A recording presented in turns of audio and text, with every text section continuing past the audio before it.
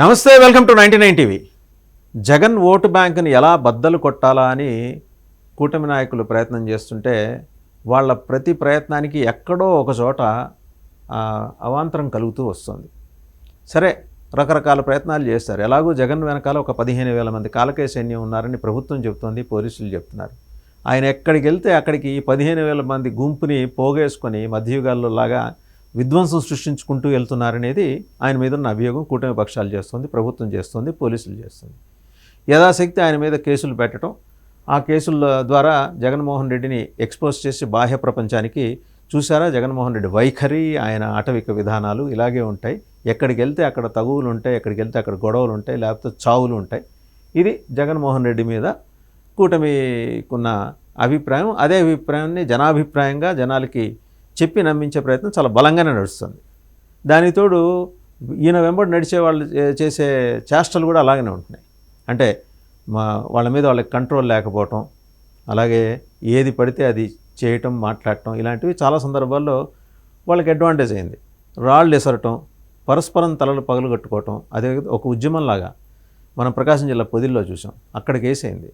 ఇప్పుడు ఉమ్మడి గుంటూరు జిల్లా, ఒకప్పుడు ఉమ్మడి గుంటూరు జిల్లా, ఇప్పుడు పల్నాడు జిల్లాలో ఉన్న సత్తెనపల్లి దగ్గర మొన్న నాగమల్లేశ్వరరావు అనే ఆయన పార్టీ కార్యకర్త విగ్రహ ఆవిష్కరణకి వెళ్ళే దోవలో ఇద్దరు చనిపోవటం, ఆయన ఒకరు కారు కింద పడి ఇంకొకళ్ళు ఇంకో రూపంలో చనిపోవటం, ఇవన్నీ వివాదాలు అయినాయి.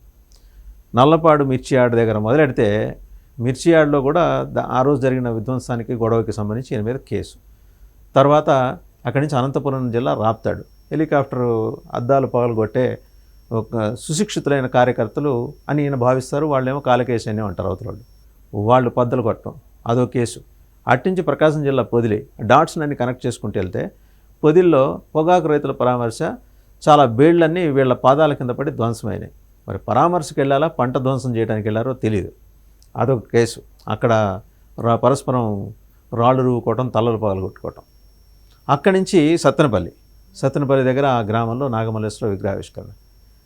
వీళ్ళు చేసే అభియోగం ఏంటంటే, కూటమి పక్షాలు చేసే అభియోగం ఏంటంటే, బేసిక్గా జగన్మోహన్ రెడ్డి గారు విధ్వంసకారుడు.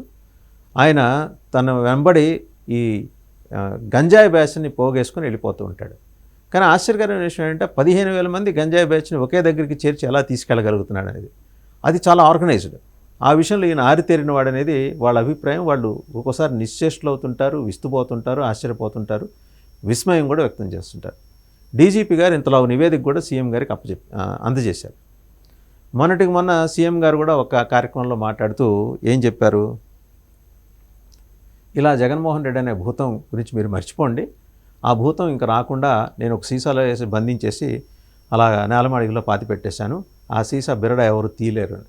సో పారిశ్రామికవేత్తలు కూడా అక్కడికి వచ్చిన వాళ్ళు హాయిగా జారగలబడి చంద్రబాబు గారి ప్రభుత్వం మీద విశ్వాసం ప్రకటించి ఖచ్చితంగా మేము ఇన్వెస్ట్మెంట్స్ విపరీతంగా తీసుకొచ్చేస్తాం అండ్ చాలా భారీ స్థాయిలో పరిశ్రమలు ఇక్కడ పెట్టబోతున్నాను. అందులో భాగమే కాగ్నిజెంట్లో మనం చూసాం 23 ఎకరాలు 99 పైసలకే ఎకరం, చాలా కారు చౌకగా ప్రభుత్వం కట్టబెట్టింది. ప్రభుత్వం క్యాబినెట్లో కూడా ఆ నిర్ణయానికి సంబంధించిన చర్చ నడిచింది. సరిగ్గా ఆ చర్చ జరిగే సమయానికి పవన్ కళ్యాణ్ గారు అర్జెంటుగా హైదరాబాద్ వెళ్లాల్సి రావడం వల్ల మరి ఆయన కన్సెంట్ దానికి ఉందా లేదా అనేది ఇంకా దాని మీద క్లారిటీ లేదంటే జనసేనకి ఆ కన్సెంట్. గుడికను మూసినా తెరిచినా ఒకటే అని ఒక సామెత. బీజేపీ వాళ్ళు దాని మీద కన్సెంట్ ఇచ్చినా ఇవ్వకపోయినా పెద్ద వచ్చే నష్టం ఏం లేదు కూటమి ప్రభుత్వం. వాళ్ళకు ఉన్నది 8 మంది ఎమ్మెల్యేలు, వాళ్ళలో వాయిస్ గట్టిగా వినిపించగలిగిన ఆయన ఒక ఆయనకి మంత్రి పదవి ఇచ్చేసి ఆయన కూర్చోబెట్టారు సత్యకుమార్ గారికి. ఇప్పుడు ఈ విషయానికి వద్దాం. ఈ రోజు విషయానికి వచ్చేస్తే సింగయ్య మృతి కేసు.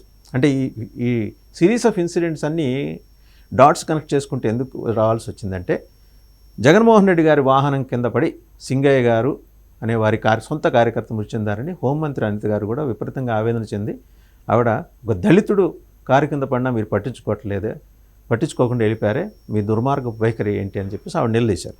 దాని మీద మాజీ సీఎం గారు జగన్మోహన్ రెడ్డి గారు హైకోర్టులో పిటిషన్ దాఖలు చేశారు. కేసు పెట్టారు కదా మరి పోలీసులు, క్వాష్ పిటిషన్ వేశారు. దాని మీద హైకోర్టు విచారణ వాయిదా వేసింది ఈరోజు.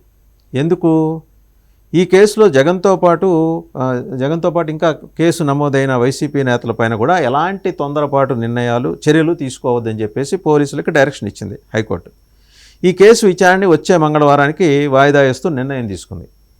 సో ఇది ఒక రకంగా ప్రభుత్వానికి ఇబ్బంది కలిగించే పరిణామం. ఇదేంటిది, ఇంతలా క్రైమ్కి పాల్పడ్డ ఆయన మీద అలా ఉపేక్షించి వదిలేస్తే రేపొద్దున ఇంకా ఎలాంటి విధ్వంసాలకు పాల్పడతాడని ఆల్రెడీ కూటమి పార్టీలు ప్రచారం చాలా బలంగా తీసుకెళ్ళాయి. జనాలు కూడా కన్విన్స్ అవుతున్నారు వాళ్ళు చెప్పేదానికి. హైకోర్టులో విచారణ తర్వాత కోర్టు తీసుకునే నిర్ణయానికి అనుగుణంగా ఈ కేసులో పరిణామాలు చోటు చేసుకునే అవకాశం కనిపిస్తోందనేది సరే న్యాయశాస్త్రం గురించి తెలిసిన వాళ్ళందరూ చెప్తున్నమాట. క్వాష్ పిటిషన్లో ఎందుకు వెళ్లాల్సి వచ్చిందంటే సింగయ్య మృతి కేసులో నల్లపాడు పోలీసులు మాజీ సీఎం జగన్మోహన్ రెడ్డి గారిని A2గా చేర్చారు. A1 వాళ్ళ డ్రైవర్ రమణారెడ్డి, A3 వచ్చేప్పటికి ఆయన PA నాగార్జున రెడ్డి, A4 సుబ్బారెడ్డి గారు ఆయన ప్రస్తుత ఎంపీ, A5-6 మాజీ మంత్రులు పేర్ని అంబటి రాంబాబు గారు అండ్ విడుదల రజనీ గారు వాళ్ళని పెట్టారు. తర్వాత తమ మీద నల్లపాడు పోలీసులు నమోదు చేసిన కేసును కొట్టేయాలని చెప్పేసి ఈయన హైకోర్టుకి వెళ్ళారు. తొలుత గురువారం ఇది విచారణకు వచ్చినప్పుడు అప్పుడు అడ్వకేట్ జనరల్ దమ్మాలపాటి శ్రీనివాస్ గారు ఏంటంటే ఆ రోజు అప్పుడే గురువారం నాడు ఏం మాట్లాడారు, మొదటిసారి విచారణకు వచ్చాయని తనతో పాటు సీనియర్ న్యాయవాది సిద్ధార్థ లూద్రా కూడా వాదనలు వినిపిస్తారని, కేసు డైరీ ఇతర వివరాలు తెప్పించుకోవాల్సి ఉందని చెప్పారు. సరే ఎక్స్క్యూజ్ అడుగుతారు కదా అప్పటికప్పుడు, అంటే పాపం ఇవన్నీ సమకూర్చుకోవాలన్నా ప్రభుత్వానికి చాలా ఇబ్బందికరమైన వ్యవహారం, అన్నీ ఒకే దగ్గరికి చేర్చి తీసుకురావాలంటే అంత షార్ట్ స్పాన్లో కుదరదు కాబట్టి టైం అడిగారు. అడుగుతూ సరే అని ఈ వ్యాజ్యాల మీద సోమవారం లేదా మంగళవారం విచారణ చేపట్టాలని చెప్పేసి కోరారు. సరే పిటిషన్ల తరఫున సీనియర్ న్యాయవాదులు పొన్నవోలు సుధాకర్ రెడ్డితో పాటు ఇంకొక 2-3 న్యాయవాదులు పోలీసులు నమోదు చేసిన సెక్షన్లు వాళ్ళు పిటిషన్ల తరఫున మాట్లాడుతూ పోలీసులు నమోదు చేసిన సెక్షన్లు అసలు పిటిషన్లకు వర్తించవు, అందులో దీన్ని క్వాష్ చేయాలని చెప్పేసి వాళ్ళు కోరారు. పోలీసులు తొందరపాటు చర్యలు తీసుకునే ప్రమాదం ఉంది అని ఆందోళన వ్యక్తం చేస్తూ వివరాలు తెప్పించుకునేందుకు ఏజీ సమయం కోరుతున్నారు కాబట్టి, అడ్వకేట్ జనరల్ గారు సమయం కోరుతున్నారు కాబట్టి అరెస్టు నుంచి పిటిషనర్లకు రక్షణ కల్పించాలని చెప్పేసి కోరారు. అయితే తొందరపాటు చర్యలు తీసుకోబోమని ఏజీ హామీ ఇచ్చినా అభ్యంతరం లేదని కూడా అన్నారు. అప్పుడు ఏజీ అడ్వకేట్ జనరల్ దమ్మాలపాటి గారు ఏం చెప్పారంటే క్వాష్ పిటిషన్ ద్వారా అరెస్ట్ నుంచి రక్షణ కోరలేరని, ఈ విషయంలో సుప్రీంకోర్టు స్పష్టమైన తీర్పులు ఇచ్చిందని గౌరవ హైకోర్టు దృష్టికి తీసుకొచ్చారు. పోలీసులు తొందరపాటు చర్యలు తీసుకుంటారని పిటిషన్లకు ఆందోళన ఉంటే ముందస్తు బెయిల్ పిటిషన్లు వేసుకొని ఉండాల్సిందని చెప్పేసి ఒక హితవాక్యం కూడా పలికారు. కానీ హైకోర్టు ఏం చేసిందంటే డైరెక్షన్ ఇచ్చింది పోలీసులకి, ఇది జగన్మోహన్ రెడ్డి గారితో పాటు కేసులో ఉన్న ఇతర నాయకుల మీద కూడా ఎలాంటి చర్యలు తీసుకోమాకండి, తొందరపాటు చర్యలు తీసుకోమాకండి అని చెప్పేసి న్యాయస్థానం డైరెక్ట్ చేసింది. ఇప్పుడు ఇది కూటమి పార్టీలకి కొంచెం అర్థం కాని వ్యవహారం. రాష్ట్ర వ్యాప్తంగా ఎక్కడికి వెళ్తే అక్కడ విధ్వంసానికి పాల్పడుతున్న జగన్మోహన్ రెడ్డి గారి విషయంలో ఇలా ఉదాసీనంగా వ్యవహరిస్తే లా అండ్ ఆర్డర్ రాష్ట్రంలో ఉంటుందా లేదా అని ఆందోళన వ్యక్తం చేస్తున్నారు. బహుశా దాని మీద కూటమి పార్టీలు ఒక కార్యాచరణ ప్రకటించే అవకాశం ఉంది.